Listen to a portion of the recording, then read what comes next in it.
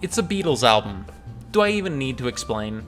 Of all the Beatles albums to give a Grammy for Album of the Year, the Grammys had to give it to Sgt. Pepper's Lonely Heart Club Band.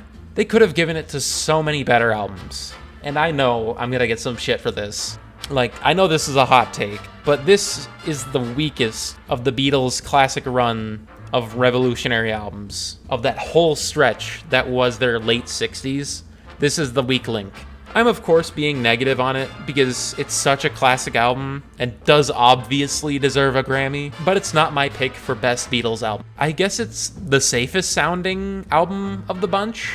Looking back on it as a person who has experienced music 50 years from this album's release. It has some of their best material, of course, but also has some of their dullest of that era. The middle stretch of this album is pretty lackluster in my mind. This album does start strong with the title track, Help With My Friends, Lucy in the Sky with Diamonds, and then ends strong with one of the best songs ever made, A Day in the Life. But besides that, there isn't much for me here.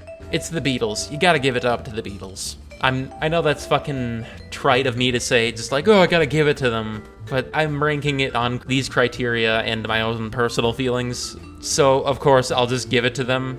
However, it isn't my personal pick. I'm gonna give it A tier instead of S, because they could have chose a better album. Sorry.